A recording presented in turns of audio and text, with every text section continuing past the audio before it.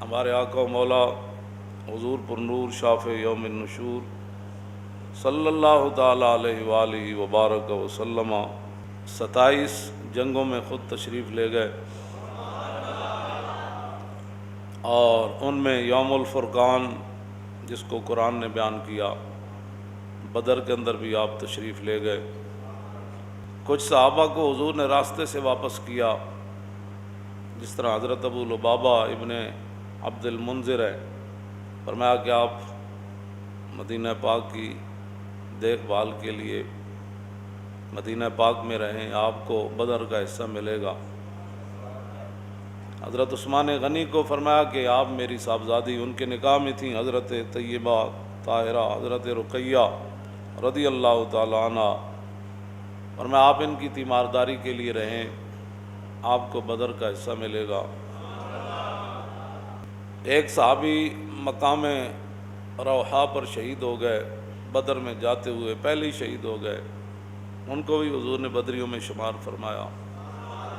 ایک صحابی کی راستے میں ٹانگ ٹوٹ گئی، ان کو بھی حضور نے بدریوں میں شمار فرمایا۔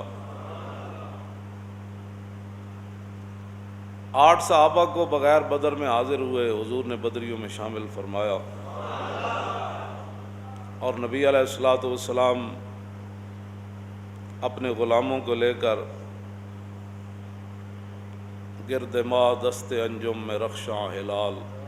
اعلیٰ حضرت بریلوی فرماتے ہیں کہ اس دن ایسے منظر تھا جس طرح 14ویں رات کا چاند ہو اور ستارے ارد گرد چمک رہے ہوں۔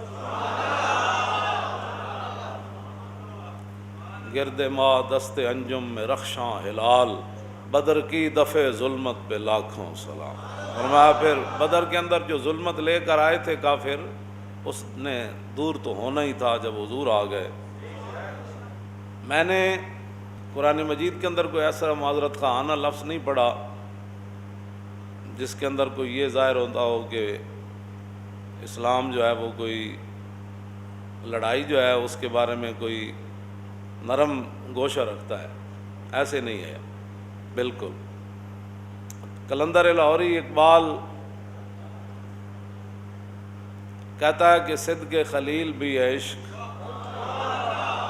اور صبر حسین بھی ہے عشق، اور مارکہ وجود میں بدر و حنین بھی ہے۔ جب ہے یہ عشق لڑنا تو اس میں معذرت خواہانہ لہجے کا مطلب ہی کوئی نہیں۔ اور عقل و دل و نگاہ کا، عقل دل نگاہ، یہ تینوں نال ہی بندہ برباد ہوندا۔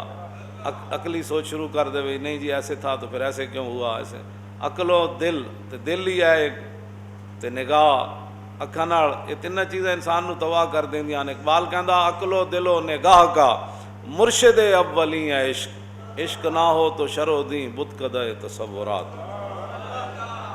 اس کا میں ترجمہ میں نے نہ کیا تو نہ میں کروں گا اپنی زندگی میں۔ بت کدہ تصورات کا اقبال کیا بات کرنا چاہتا ہے؟ ہاں جی، قوم متحمل ہی نہیں ہے ان چیزوں کی، اس لیے میں صرف پڑھ دینے کا ذمہ دار ہوں کہ عقل و دل و نگاہ کا مرشد اولی ہے عشق، عشق نہ ہو تو شرع دیں بت کدہ تصورات۔ 2 ہی گھوڑے تھے نبی علیہ الصلوۃ والسلام کے پاس، 2 ہی گھوڑے۔ مقداد بن اسود کے پاس ایک گھوڑا تھا، اس کا نام تھا صبحہ، سین بے ہا ہے صبحہ، صبحتن۔ ان کے پاس ایک گھوڑا تھا مقداد بن اسود، اسی لیے انہوں نے کہا تھا کہ حضور عنبر کے غماد تک بھی چلے جائیں گے، ہم کوئی قوم موسیٰ تھوڑے ہیں، آپ حکم تو دیں، ہم آپ کے دائیں بھی لڑیں گے بائیں بھی لڑیں گے، آگے وقت آیا تو آگے جا کر بھی گردنیں کٹائیں گے، اور اگر پیچھے کہیں دشمن حملہ آور ہوا تو پیچھے بھی جا کر گردنیں کٹا دیں گے، ہم کوئی قوم موسیٰ ہے، ایسے نہیں ہوگا۔ فَاذْهَبْ أَنْتَ وَرَبُّكَ فَقَاتِلَا، یہ قوم موسیٰ ہی کہہ سکتی ہے، آپ حکم تو دیں کہاں جانا ہے۔ ان کے گھوڑے کا نام صبحہ، اور دوسرا گھوڑا حضرت زبیر بن عوام کا تھا، اس کا نام تھا سیل۔ سیل دا معنی ایویں چلتا ہے جی میں سمندر دیاں لہراں چل رہی۔ 2 گھوڑے 70 اونٹ اور 8 تلواریں، 305 بندے، یہ میرے آقا مولا سارا سامان لے کر چلے۔ پھر رسول اللہ خود چاہتے ہیں کہ میرا امتی دلیرانہ گفتگو کرے، حضور نے پوچھا تھا نا بھائی آپ جانا چاہیے کہ نہیں، تو حضرت مقداد بن اسود نے تو یہ بات کر دی، اور جب سعد بن معاذ کی باری آئی، سعد بن معاذ وہاں بھی حضور کا پہرا دے رہے تھے، ہاں وہاں بھی بدر میں بھی پہرا دے رہے تھے۔ اور پھر جب نبی علیہ الصلوۃ والسلام غزوہ احد کے لیے چلے تو اس وقت بھی رسول اللہ کے گھوڑے کا لگام سعد بن معاذ کے ہاتھ میں تھا۔ ہاں سعد بن معاذ سے پوچھا، فرمایا سعد جانا چاہیے کہ نہیں، تو سعد بن معاذ نے عرض کی حضور سل حبال من شئتا وقتا حبال من شئتا سالم من شئتا عاد من شئتا خذ من اموالنا ما شئتا وآتنا ما شئتا۔ حضور بدر تو یہ کھڑا ہے، بدر تو یہ کھڑا ہے، آپ جس کے ساتھ دل آپ کا کرے جنگ چھڑے۔ دونوں جگہ حدیث کے الفاظ موجود ہیں۔ جب حضرت مقداد بن اسود نے کہا کہ حضور اونٹوں کے جگر پگھلا دیں گے آپ کے ساتھ چلتے چلتے، ہم خود پگھل جائیں گے، تو عشرے کا وجہ رسول اللہ، حضور کا چہرہ انور اس وقت بھی، پہلے بھی کوئی بے حساب نہیں اس کے چمک کا، تو حضور کا چہرہ انور مزید چمک اٹھا۔